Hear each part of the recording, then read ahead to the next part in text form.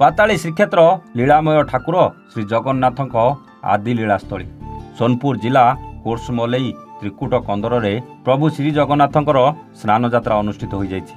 ଦେବଭୂମି ଦେବଝରଣର ପବିତ୍ର ଜଳରେ ପ୍ରଭୁ ବଳଭଦ୍ର, ସୁଭଦ୍ରା, କାଳିଆ ଓ ଚକ୍ରରାଜ ସୁଦର୍ଶନ ଭଳି ଚତୁର୍ଦ୍ଧା ମୂର୍ତ୍ତିଙ୍କ ସହ ଗମ୍ଭୀରାରେ ଥିବା ପ୍ରତ୍ୟେକ ଦେବାଦେବୀ ତଥା ଭକ୍ତ ଶିରୋମଣି ସନ୍ଥ କବି ଚନ୍ଦ୍ରମଣି ଦାସଙ୍କୁ ମଧ୍ୟ ସ୍ନାନ କରାଯାଇଛି। ପାତାଳି କ୍ଷେତ୍ର ବିକାଶ ପରିଷଦ ତରଫରୁ ଅନୁଷ୍ଠିତ ଏହି ଯାତ୍ରାରେ ପୂଜକ ସେବକ ଭାବରେ ଗୁଣ୍ଡୁ ଗୋପାଳ ପୁରୋହିତ, ବିକାଶ ପଣ୍ଡା, ଅଶୋକ ପାଢ଼ୀ, ଉଦ୍ଧବ ଦାସ ପ୍ରମୁଖ ଯୋଗଦେଇ ପ୍ରଭୁଙ୍କର ନୀତିକାନ୍ତି ବଢ଼େଇଥିଲେ।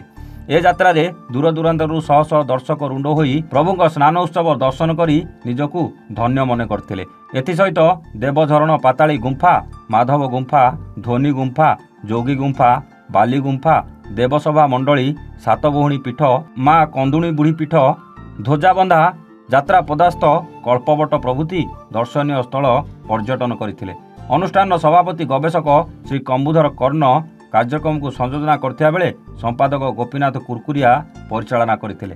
ଏହି ଅବସରରେ ସଂସ୍କୃତି ଗବେଷକ ଡକ୍ଟର ଅନିରୁଦ୍ଧ କୁରକୁରିଆ ତ୍ରିକୁଟ କନ୍ଦର କିଛି ଇତିହାସ, କିଛି କିମ୍ବଦନ୍ତୀ ସମ୍ପର୍କରେ ବକ୍ତବ୍ୟ ରଖିଥିଲେ। ତାପରେ ଆଗାମୀ ରଥଯାତ୍ରା ଉପରେ ଆଲୋଚନା ହୋଇଥିଲା। ସାମୂହିକ ମହାପ୍ରସାଦ ସେବନ ସହ ସମାପନ ହୋଇଥିଲା ଏହି ମହୋତ୍ସବ।